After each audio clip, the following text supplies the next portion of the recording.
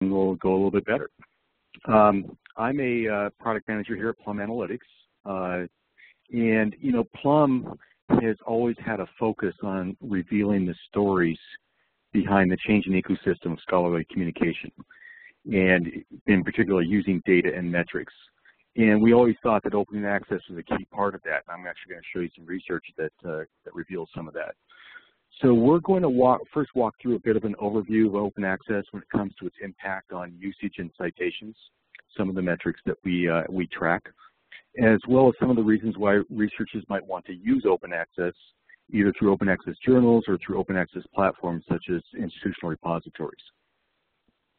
And then we'll look at then what we do, what our product does, and how it fits into that.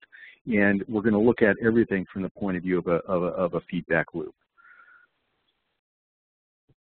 So when we look at a feedback loop, you know, metrics are really key to that. In other words, you know, to be able to measure something, you need some way to be able to, some metrics to measure for the measurement. And so, you know, we've often used this slide where with this photo of the speed limit feedback loop. This is really common. We have these in our neighborhood, and you know, we've used this, and it's just prior to the meeting. You know, I wondered how well this actually worked, and I actually did find a great study by some researchers at the University of Wisconsin-Madison that indicated that they do, at least in the short term. Longer-term value is questionable, but one thing that they did find was that drivers were more likely to reduce speed the faster they were going over the speed limit. So it does have an impact. And then on the right is something, you know, this is a message that I get weekly from Fitbit. I have a little Fitbit thing that I wear around tracking my steps. And as you can see, I'm in competition with my wife, and she had in that particular week almost twice the steps that I did. And so it was a subtle but effective message that if I wanted to be able to be on top, that I had to, you know, I had to step it up a bit. And so the context of our discussion this morning is to take data about scholarly communication and begin using it as part of a feedback loop. And open access is particularly useful because one of the key benefits is the greater distribution of research across a greater number of journals. The 2014 theme of Open Access Week is Generation Open, and one thing I mentioned obviously is like last week was Open Access Week, and so we liked it so much we're continuing it for a few more days. But the theme is Generation Open, and you know, you can see the quote here from the executive director of SPARC. You know, it's about putting our future scholars and researchers at the, you know, at the core of the shift to an open system. And when you really kind of consider what Generation Open might mean, you know, a lot of the people who are coming into graduate programs right now may be in their mid to late 20s. And these are people who grew up with an internet that has really always been there. And in fact, I think in a couple years, the incoming group of freshmen will have always been alive with Google. And so, you know, this idea that the internet has really kind of changed everything is in fact, you know, obviously true, especially when it comes to scholarly communication. You see that impact all the time, especially if you're a librarian and dealing with electronic content. And so, you know, these stats here, you know, they're probably out of date, but in, you know, any given minute, this is the type of thing that happens, you know, from 72 hours of YouTube video uploaded to, you know, 15,000 tracks downloaded from iTunes. That number, in fact, we already know is going down. I just read a report that both Amazon and Apple see a declining number of purchases because of the rise of services like Spotify. So the trend, you know, everything that's going on online right now, there's always a constant churn of new applications, new ways to do it. And for those of us who've been online for a long time, you obviously you know that. Younger users in particular, this is just the norm and will continue to be the norm for quite a long time. And it's not just use that matters, but the way new business models get created that upset old ones. So, you know, for example, ask the newspaper industry what happened to them, ask the music industry. Some innovations take longer than others, and change can happen slower than some might like, but change eventually comes, especially when it comes to our desire to communicate our ideas to others. And scholarly communication, at the core of it, is about the exchange of ideas. Open access journals. So that's, the business of communicating research. It's been brewing for a long time. It's taken decades for the technology to enable it to mature. It's hard to think of, open access existing in the print-only world. It takes a long time for attitudes to change, communities to form around this idea. Peter Suber, there's a timeline of open access that's online. It's in the open access directory now. He used to maintain this. And a quick review of that will confirm just how much it had to change to get where we are today. He starts that timeline back in the early 60s and takes it to present day. And, that's where you're going to see like the number of things that had to happen for it to be able to start hitting a critical mass and have a real impact on scholarly communication. So when you look at the growth, this is from the Directory of Open Access Journals, and I found a source that had the count from December 2006. This is in Info Today, and at that time it was just over 2,500 journals and 124,000 articles. And then looking at the end of October, here's where we stand now. And, it's over 10,000. So that's basically a 5x increase in journals and about a 7x increase in articles published. And it's difficult to imagine this growth slowing, especially with the increase in mandates from funders, institutions, and government agencies. And we'll talk in particular that funders is a really key category that we'll talk about later on. So, this is the growth and, the measurement of how that's going to happen and unfold, and some of the impacts of that, we'll look at that. So mandatory archiving, that's one of the drivers. For those of you who are in libraries and dealing with institutional repositories, there's the on-campus mandate. You'll notice on the red bar, the pickup on that, those are the funders. And so funders are increasingly, demanding that. Because what everybody wants is to have research available to as many people as possible. And if you're a funder, say, for a particular kind of disease, say autism or cancer, or Parkinson's disease, you may really be, the goal is the cure. And so the wider distribution of the output that comes from the research that you fund is critically important. You see mostly institutional mandates, and so on. But this has really been a big driver. And, funders, one of the key things they're looking at is like being able to evaluate the ROI on the money that they spend. You see some citation pattern changes. So, there's a lot of research on this. I'm not going to go into all of it. In some cases, there's mixed findings. There's still disputes that go on about what the impact actually is or isn't. And I'll provide a link, show you a link that gives you access to a bibliography that has a lot more. But here's a couple recent things that I pulled out. One of them talks about whether self-selected or mandated open access increases citation impact. And in this case, the research found that it did.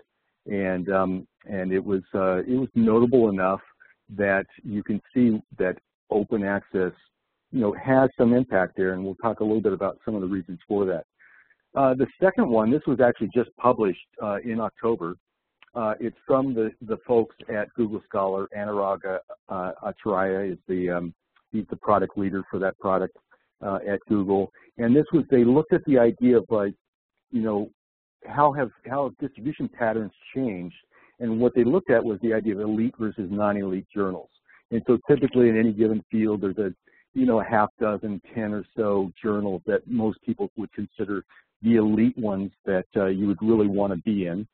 But what they found was that there's a growing impact for non-elite journals. And what they did was they measured looking at the most highly cited papers and where were they published.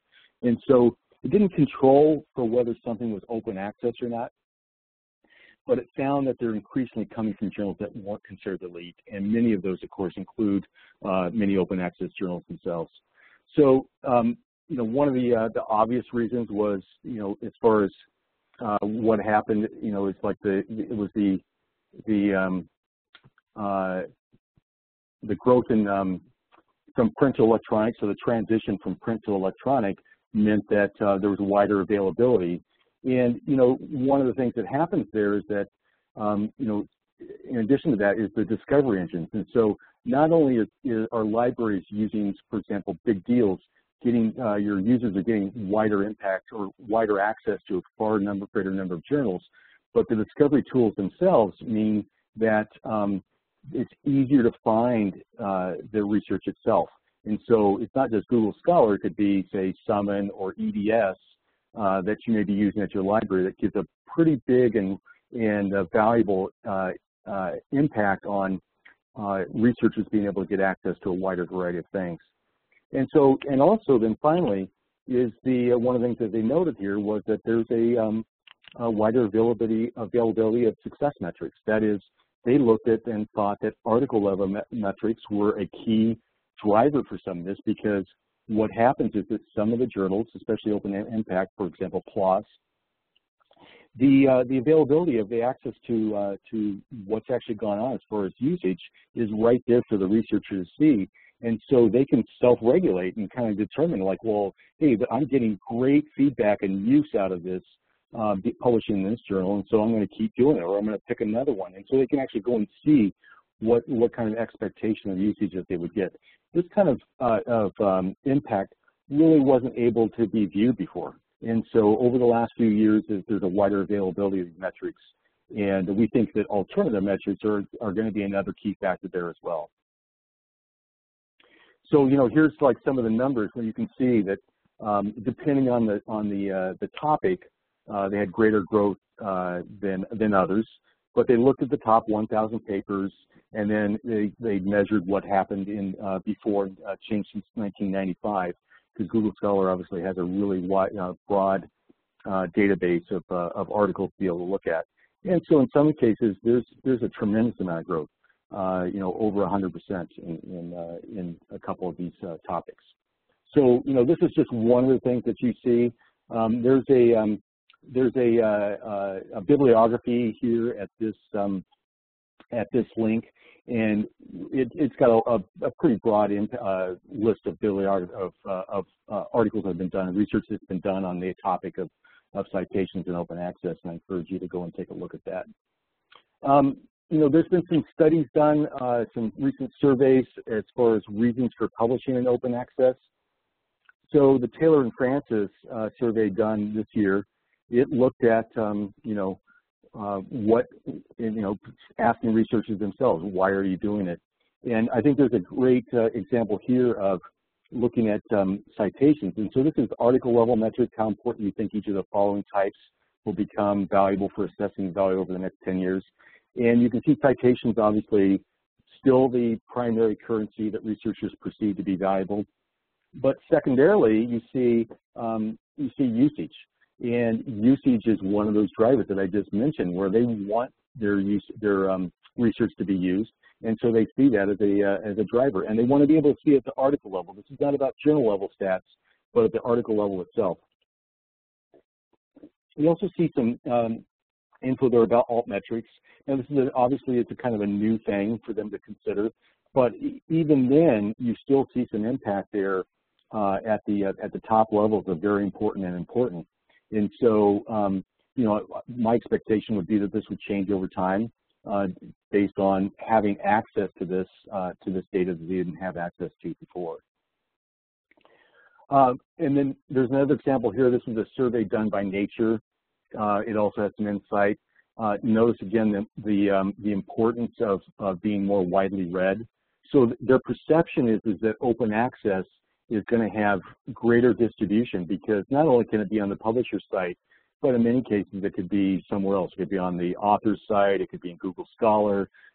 So the availability for discovery has a much wider footprint. And really at the end of the day, discovery is going to be one of the most important drivers for use, because you have to find it first. And so in this case, a combination of wider distribution, better discovery engines, wider distribution of discovery engines, so that the article gets picked up wherever the researcher starts at. That's one of the key things that open access helps drive. And so here's another look at, this was a research study that looked at open access and usage increases.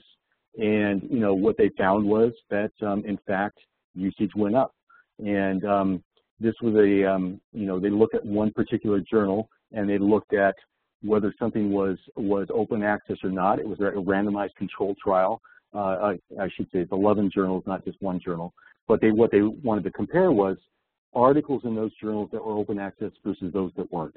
And so articles assigned to open access were associated with about 90% more full text downloads, and about 50% or 40% more PDF downloads, and 23% more unique visitors.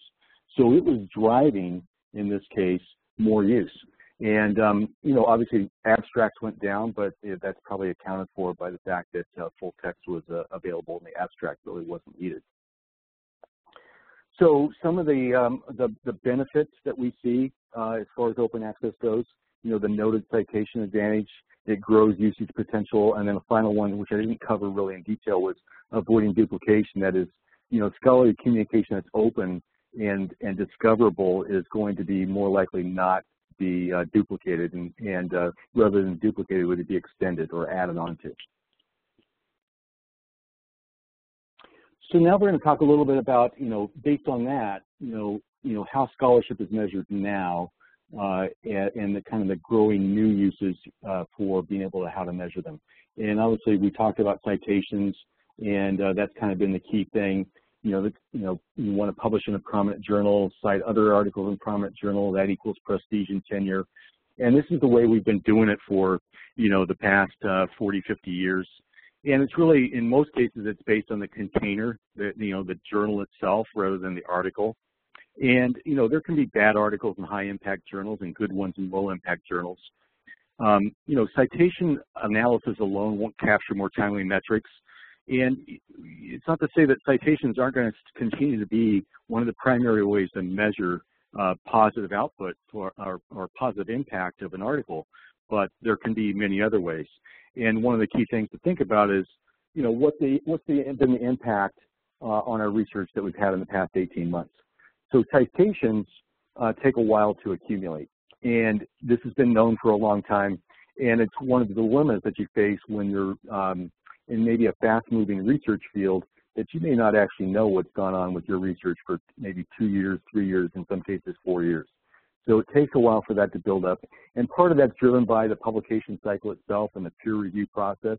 That's not going to go away. I mean, the peer review process is going to change over time, maybe how it's done, but it's still going to be there, and all of that takes time for it to evolve. And so, hence the rise of what are called altmetrics. And we tend to think of altmetrics, we'd rather say all metrics, because it's really not about just alternatives, because we look at, in particular, citations and usage as two key factors there. But it's, it's about looking at different ways to be able to measure, particularly those that are going to be measured in a more timely fashion. What's happening right now? If I publish today, can I get feedback? Can I get some measurement of the impact that I've got? And so, companies like Plum Analytics or Impact Story, Altmetrics, PLOS is one of the big, big open access journals that provide some look into this. And publisher-provided metrics, as I mentioned earlier on that research that has been done by Google about the non-elite journals. Here's a great example. Here's this has been published in PLOS. You can see, you can go in there. Anyone can go in and look at the metrics. The feedback starts accumulating right away when it comes to usage and downloads. And this is really important. You get a view into what's happening almost immediately. But publishers, of course, in this case, they mostly provide what they do, and then what you really are looking for from the point of view of a feedback loop is you want to look at everything, everything that's possible to look at, because in many cases you may not actually know where the conversations are happening with the research. And so here's an example. This is out of our product. This is that same article that I just showed you. Here, where we've collected the data as well, and you can see in the usage column that we've got PLOS in there. We've also got EBSCO, PubMed Central, and then social media and so on. And I'll talk a little bit about those categories in a minute. So, this is giving you a much broader picture of what the impact is. And just like the usage, all of these categories can start adding up, right away. PlumX is our product. This is the type of data sources that we look at. It's a growing list. Down at the bottom, you can see a link there, which gives you the most current version of this. And so it ranges from things like Amazon, where we look at reviews, to Mendeley, where we look at things like bookmarking or using Twitter, so we're looking at tweets. So it's a pretty broad list. And the fact of the matter is, as we talked about, right from the very beginning, the variety of things that people use now is pretty broad, and the variety of things that you may use in the future is going to continue to grow. And so I don't know if, for those of you that are on Facebook, some of you may already have signed up with the new kind of hot social media thing, LO. And, that's a case of where you can see like how things can evolve very quickly. This is not going to stop at all. And so we look at a wide variety of things. Many of these we either have a direct relationship with, or we use an API. Some of them we may crawl. We get access to however we can. We try and dig into the data where things from the scholarly side are being shared or commented on, talked about, or used. So the categories that we look at, these are our categories, but they're pretty, the things that are in them are pretty well known. So usage, that is clicks and downloads, views, video plays, because we look at YouTube, for example. Captures, that is, you've bookmarked it or it's been put into a reader. Mentions, these are blog posts or comments or reviews. And then the one that often is more directly associated with Altmetrics, that is social media. That includes things like shares and tweets. And then finally, citations. So citations, usage, we talked about those two earlier. Those are kind of like the common currency that we see for measuring impact.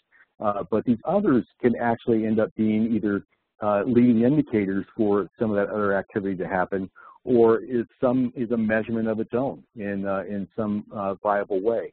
And in particular, when you look at conversations that are happening about the research, that's less about the count itself as it is about knowing what's actually going on. So let's talk about the feedback loop. This is where we think that metrics provide a new way to tell the story. And when we say about the story, it's really about the story of any given research artifact, whether it's a journal article or a YouTube video, whatever it might be, because the variety of things that are out there are not just peer-reviewed articles in scholarly publications, but can be many other things such as conference presentations and so on. So when we talk about the idea of using metrics, it's about turning big data into information for researchers. That is, we want to be able to monitor promotional efforts for research, discover other researchers, where in the world are people interacting. So, it could be also like I want to answer a question, where should I publish next time? How are my co-authors performing? How can I better compete for grant money? And that is, that's something where we think that the data that we are collecting gives you some insight into being able to complete those tasks and answer some of those questions.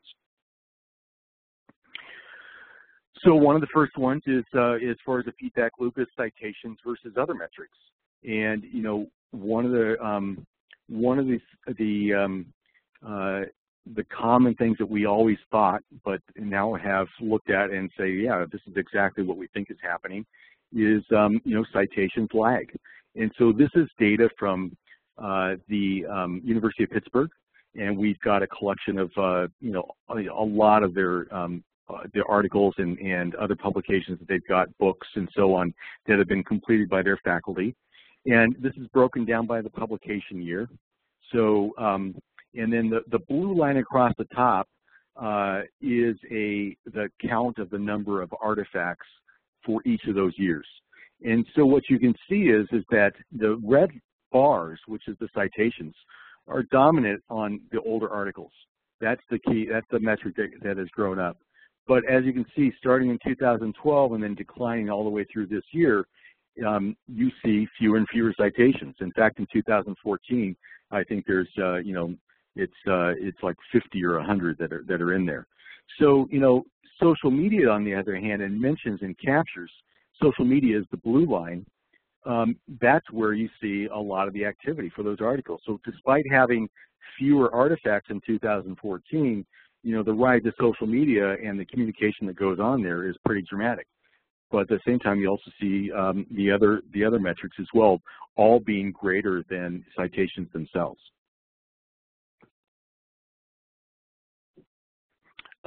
Here's another feedback loop here. This is looking at collections. So in the case of, again, this is University of Pittsburgh. They have a collection of open access journals that they publish on using OJS. And what they wanted to be able to do is they wanted to keep track of what's actually happening with that collection of journals. And so this is a view of, we can look obviously all the way down to the article level. We can also, this is also split up by the authors themselves. But this is a view at the journal level. And so you can see which journals are getting the most use. This is just the social media view. We have a separate view into all the other metrics themselves as well. But just as an example, this is the social media view. And so you can see obviously the Journal of French and Francophone Philosophy is the leader there on social media, and some of the others trail. Now the application, the metrics there are not going to tell you the why, but they are going to give you the insight into being able to drill down and look at those individually and kind of understand, why something is happening, why something else is not happening, and also give you a way to be able to see the actual conversations that might be going on, for example, in Twitter. So, this is another good view of being able to evaluate at a collection level, article level metrics, aggregate at the top, giving you the big picture view. You might also want to be able to look at researchers. And so, this is an analytics report looking at Andrew Stephen, who's a researcher at Pitt. And this is the same one that we looked at, that looked at all of their articles and artifacts. And this just shows his output. And so you can see in the case of social media, obviously there wasn't much going on in 2007, 2008. He may not have been using it. He wasn't sharing his articles that way, or others weren't sharing them that way. But starting in about 2011, you start to see the pickup on social media, and then you see mentions and captures, and there's a big growth in captures over time. And last year was the biggest year ever for him. You also see some of the citations, and then the count of artifacts. So any individual researcher would be able to see this and kind of help understand for them, what's going on with the research and where it's being used, and also be able to drill down and look at that at the individual artifact or article level. Another one as far as the feedback loop is where the conversations are happening. And so that could be, on Mendeley, it could be on Twitter. And, these are things where when you drill down and look at Twitter, in context of the article itself, you can see what's actually happening. And, when you, as a researcher, being able to keep track of all this is difficult. Imagine having to do it at scale across all the researchers at any given campus or within any given organization. It would be pretty much impossible. And because those weren't available before, they just didn't get the visibility that they might have had in the past. So now you've got this, and you're able to see this, and you can see it at the article level. You can see the counts, obviously aggregated up at the department level or at the organization level itself. Another feedback loop is discovery context, and so this is the case of being able to use the statistics, the metrics, somewhere else, not just in the native application that's keeping track of it for you. And so this is the Pitt Institutional Repository. They use our widgets within the IR. This is an ePrints repository. And so a user, a researcher, being able to see this in context gives them some idea of the discussion that's been taking place about the article or the usage of the article. And you notice that for any given metric there, the ones that are in blue, those are actually, you're able to click down into them and see them and see the exact context of what's happening. Or in the case of Mendeley, looking at the reader count.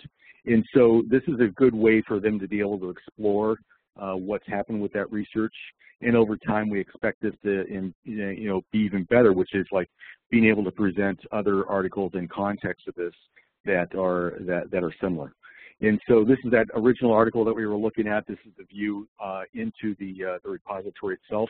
And you see in the usage box up there, it didn't have many downloads in this particular case. They have a wide variety of articles that are available here, some of which have much greater use because that may be one of the few places that actually is available. For example, it could be behind a paywall, but they've got a preprint that's available through the repository. But on the other hand, you see PLOS and the vast amount of usage that they got there, but then also through EBSCO, the abstract views and the PDF views, and then through PubMed Central. And so, this is a great way for a user to be able to have that context of what's happened with that and how valuable it might be. This discovery context idea could be used elsewhere, depending on what the needs are of the particular organization. Another feedback loop is social impact. This is a researcher that works with Autism Speaks, Dorothy Bishop. She's a big sharer of her research on YouTube because she really wants that public outreach. And so, that means that she's able to reach an audience that she might not be able to reach somewhere else, say through an article, a paid article, or something that the general public couldn't get to. And in the case of autism, obviously there's a big interest across a really broad section of the public that wants to see what's happening there because their own children may be autistic. And so again, using the metrics down at the bottom, it's very easy to see the shares, the tweets, and then also the usage on YouTube itself, which is quite high for something like that. Dashboards. This is for an administrative user or somebody who may be in charge of a research group or at the library level. What we provide is, this is a great way to be able to look at the big picture and be able to drill down. And so, this is a way to be able to get reports that can be shared outwards, that can be shared with researchers, that can be shared within the department up to the provost, for example. So this is, just one way to look at it. Other companies that provide this may have other ways. So here you can look at the Sanford Burnham Medical Research Institute. This is the ability to be able to narrow down and structure the data, the metrics in the way that meets your particular needs. And that's really critically important because you want metrics that are going to reflect how you want to perceive them, how your own organization actually perceives them. So in this case, what they narrow down is basically by topic. In other cases, like Pitt, they might be narrowing down by school or department, or in the case of their journals, by the journals themselves.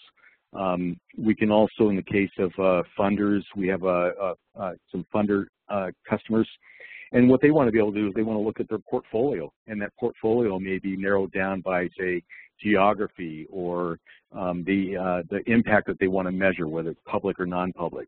And so being able to slice the data up and get a view is one of those things that you're going to want to be able to do.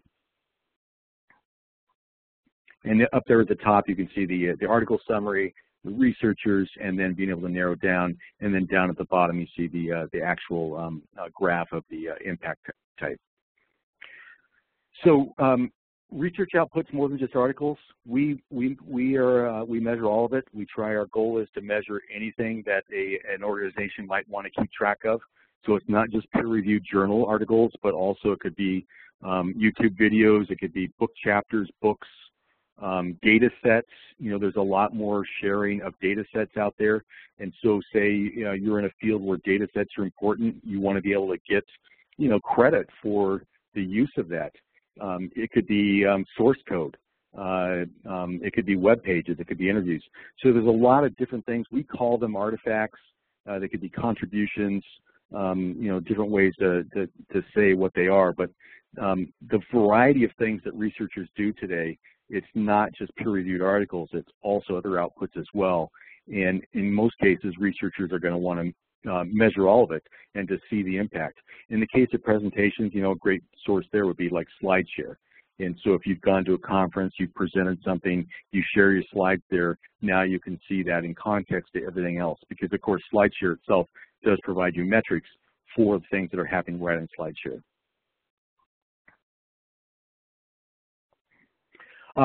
One note about books and open access. So, the idea is that, depending on the field, monographs may have more importance than in others. So for, the humanities and social sciences, for example, monographs are really important there.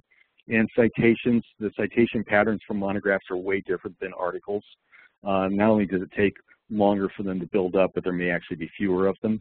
Or the visibility of those citations may be difficult to get, through a service such as Scopus or Web of Science. They've gotten way better over the years at being able to pull out citations for books, but they're still not completely there yet.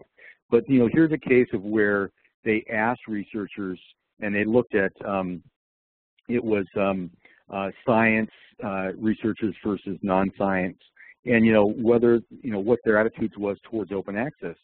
So you can see that in both cases, on the left-hand side, the attitude was actually quite positive. Whether it was journal articles or books, it was very positive. But on the right-hand side, you can see this is the perceived ease of implementing open access when it comes to monographs, and the negative percentage there is actually quite high. So there is a perception that it's difficult. But in the case of for monographs for us, we think books count. We've identified all the possible ways that we could show that, and that includes not just being able to show citation counts, but also being able to show usage, being able to look at reviews. One of the things that we did was we looked at Goodreads, for example. Goodreads is, as it grew up, it was mostly about popular fiction, but you see a lot more, there's a critical mass there of readers that includes a lot more scholarly content that you might think. So, this is a case of like knowing that the book is being read, being able to see the reviews, being able to see the ratings, and being able to see the mentions. And in the case of OCLC, we collect the metrics of holdings. So a researcher or a library could be able to see the aggregate count of holdings across down to the at the individual monograph level. We found that, our discussions with researchers, being able to see that data, it's actually quite astonishing for them to know that in some cases their own library may not actually have their monograph. So how does this help me? Performing research, funding research, publishing research. These are the three primary categories that you're looking at. Tight budgets for research. The funding at the NIH level, in general, it's not been going up, it's been going down. So, everywhere, governments are actually, demanding effectiveness in the programs they pay for. And, in the case, this is a quote from Bill Gates, they need better measurement tools to determine which approaches work and which do not. And the feedback loop there is like, well, did it work, publishing in this journal? Did it work putting my presentation online? Did I get any feedback? Did I get any uptake on that? Being able to get those measurements right away rather than later is going to help you adjust your approach the next time that you publish research. The competition for money is not going down. It's going up, and so less than 1 in 5 people get funded right now. There's a lot of applications, a very low success rate, and we don't think, it's like, obviously that's not going to really change. We're not saying that altmetrics themselves are going to be the way that drive getting funded. What we're saying is having the insight into being able to know what's actually happening with the research and being able to get the impact and identify the places that really work well. Having a societal impact, for example, is one of those things that is being asked over and over. I know there's some new requirements coming out from the U.S. federal government that are going to ask for, what's the impact been in K-12 schools? What's the impact been with minority groups?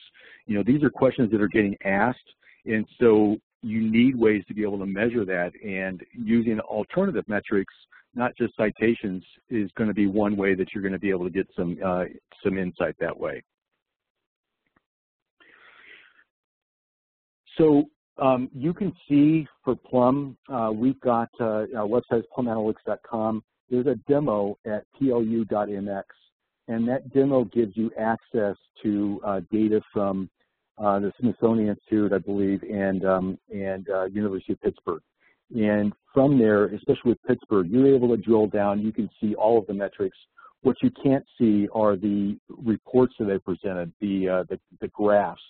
Those are restricted to administrative users at the customer level. So, but you can drill in and see the numbers. You can drill all the way down to the article level to be able to see what's actually going on. And so that's one of the things that I think that you want to be able to take a peek at. We do have trials, and using your data, we have there's a limit on that. We usually pick about 5 researchers, but you can ask for a trial that way. So thank you. We're going to leave some time for questions here at the end.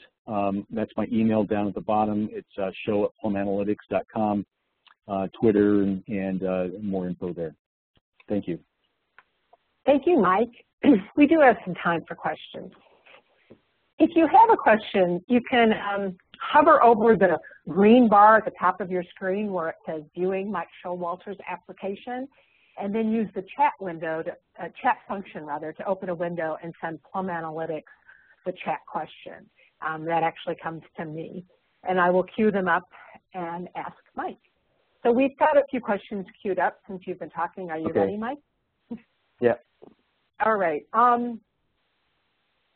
We have a couple of questions about the repositories we support. One specifically is, do you support bpress, but more generally, what kind of open access repositories do we support with PlumX and PlumX widgets? Yeah, we can support a pretty wide variety. Now, what by support I mean, it's not impossible for us to support it. It's maybe that the work hasn't been done because we don't necessarily have a customer to do it. And so there's 2 kinds of support here that we might be talking about. One is the widgets themselves.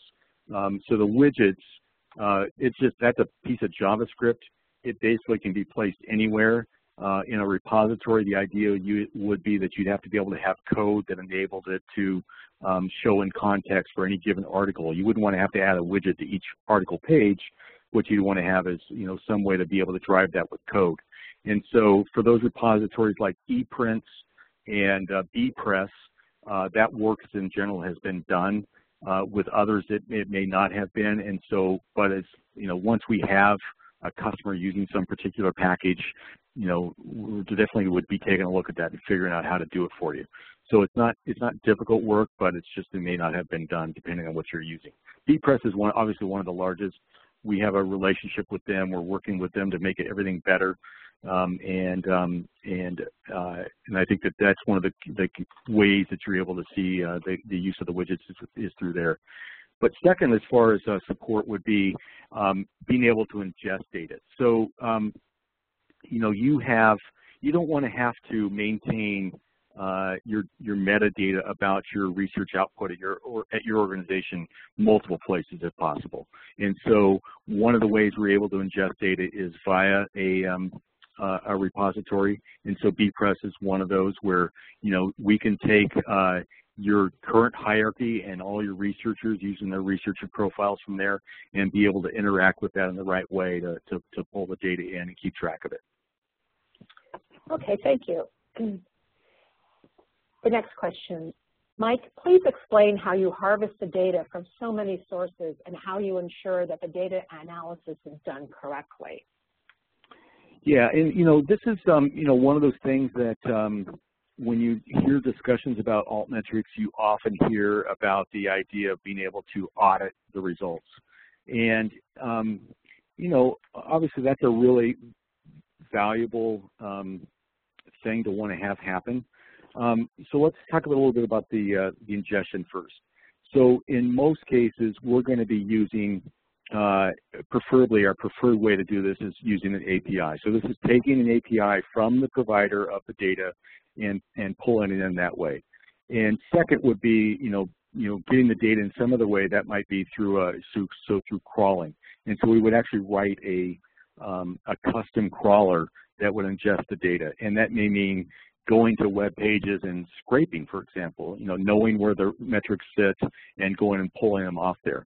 And then third, it's like I'm trying to think if there's really a third way. Not really. I suppose you could have some sort of an export, and I'm trying to think of a source that may do that. I can't think of it off the top of my head.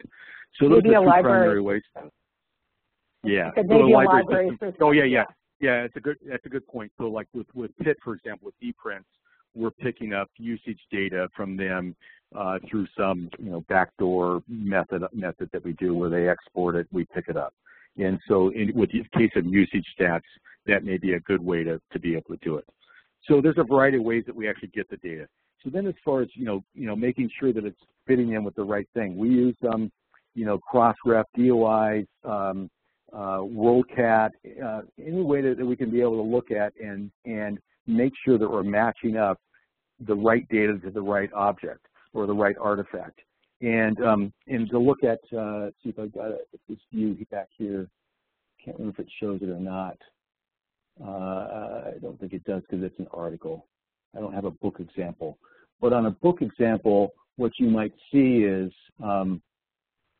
you would see that we actually keep track of multiple versions of the monograph. And that's also the case with journal articles as well, right? So there may be a preprint, and then there may be the published version. And so the idea is that you want to be able to aggregate all that together, and we've got a match and merge process that enables us to do that and do it in the best possible way. Obviously, it's not perfect, but we keep evolving it over time, looking for the outliers that don't work and making those happen. Then, as far as sometimes you may go to one of our pages and look at the metrics, and they may not match up exactly to what happened, what's showing on the other side. Well, that's just because we may be off cycle into when we go and get the data versus when they update the data. And for the most part, we may be updating, in a variety of different time cycles. Some things don't change that often, so it really means that we probably are going to just do it monthly. And so there may be some time sequence there where they're not quite in sync, or it may be that the on the other side that the data itself changed, that they found some sort of error and they fixed it, and so we didn't get the most up-to-date stuff, and sooner or later it'll get back in sync. So sometimes there's a case of where they might be slightly out of sync, but we're taking the data. We're not validating what's happening on those other sides. We're taking the data as they give it to us, and so we're relying on them to present the data how they want to present it. We're not going to do anything different. We're not going to change that data. It's just how we get it. And so then the timing factor, in some cases like with Twitter, we may be getting it multiple times a day, and so that's like, even then it may be fast enough, it's fast moving enough that we're not going to be able to stay in sync with it. Okay, this is sort of similar. So how do you find the articles and books? What identifiers do we use? We use whatever we can use. The most common way and the best way is using a DOI, and for those, and then for books we use ISBNs, and so those are kind of standard identifiers that are easy to use and are used really broadly. And so DOIs are really important to us and anyone trying to keep track of metadata across different platforms. But we can use other things as well. So we could use a URL. So for example, with a SlideShare presentation, what we have is a fixed URL that's persistent. And so what we're really talking about is persistent identifiers. It could be for an article in a repository. There could be an identifier that's for that repository only, and we match that up using the other metadata to the other versions of that. So there's a wide variety of things that we can use. And they're very easy to use, but all it has to be is persistent and identifiable so that we can keep track of them. Now, one of the key things to think about here is that when we talk about some things like sharing of articles. So, for example, looking in Twitter and seeing if somebody shared the article that you're keeping track of. What we're doing there is we're looking at links, right? We're not looking at the metadata itself or the title. What we're looking at is the link, was the link shared. And that link has to be a link that we recognize. And so if it's a DOI, you know, that's going to resolve for us very easily. It could be a link to the publisher site. And in many cases, then, you know, we're going to be able to figure that out as well. And so in general, if there's a persistent link for academic content, whether it's the publisher site or the DOI or whatever, we're going to know about it. And we're able to unravel those DOIs to be able to get the right link attached to the right thing. And so those counts then are correct. Great. Okay, so this is a question from one of our attendees who actually uses our API, and it's pretty specific. So if we don't get it in this session, we can follow up with our support team. But anyway, here we go. It's regarding the reader count in Mendeley, and if the API returns a count of 0, do you know what that means?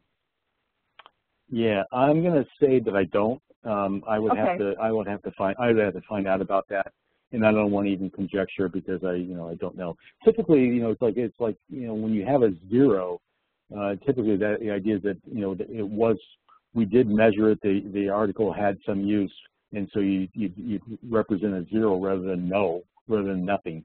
But in this case, I just don't know. I'll find out for you and let you know. I tried to answer it in the background, and I felt the same way. I didn't want to conjecture on a guess either.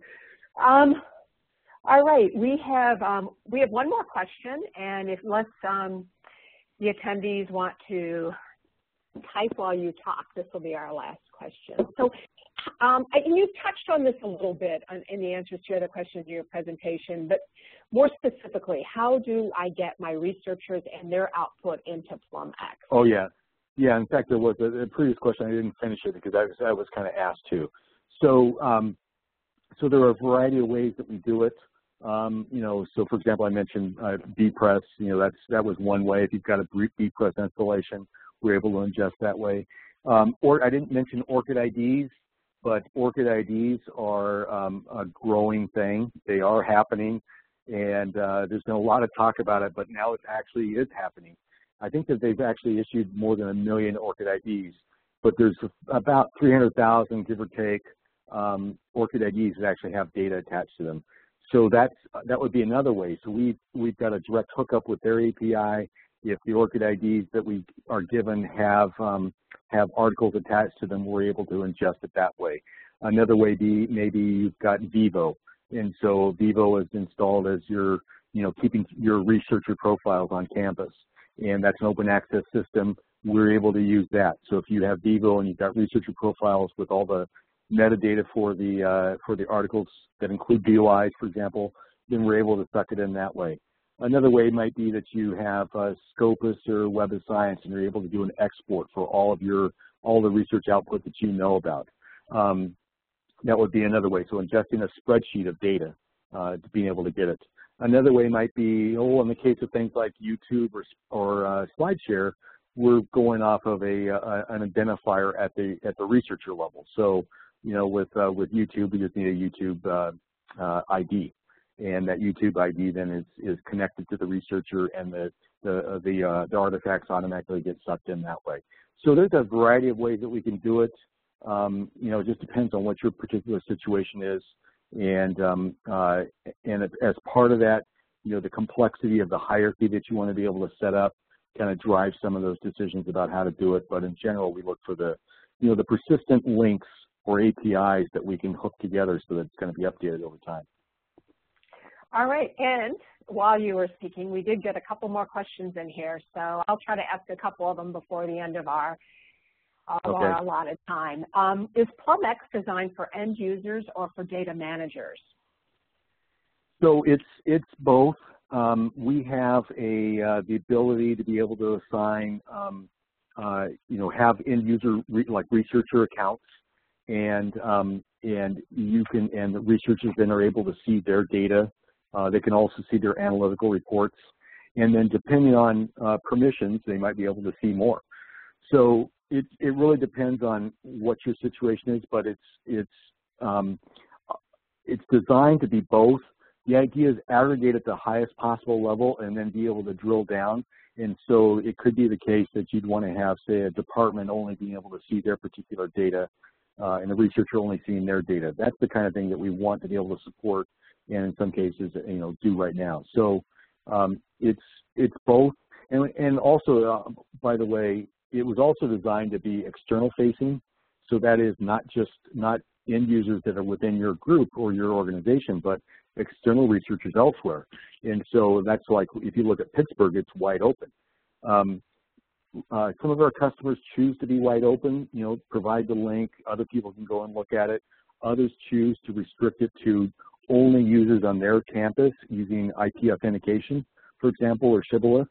And then others may want it to be completely closed. Obviously, we have some customers that we can't even mention their names. They're so private that they don't want anyone to know about it. They don't want anyone else to see it, and they don't even want anyone within the organization to see it. They want it locked down to only administrators.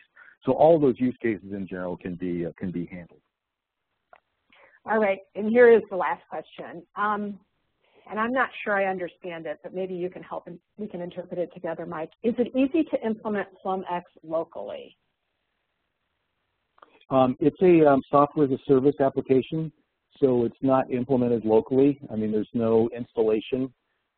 It's all done on our servers, and software as a service is, it's a great way to be able to provide automatic updates. We actually have UX and back-end releases weekly or bi-weekly, depending on what's going on. So it's software as a service. It's a subscription product, so you're paying an annual fee, and no installation is required on your part. All right. Well, thanks, Mike. Thanks for your time. That was very informative. And thank you to all the attendees for your time. We hope you enjoyed it and learned something. I've put my contact info up there again, so if you have any questions or follow-up, feel free to contact me.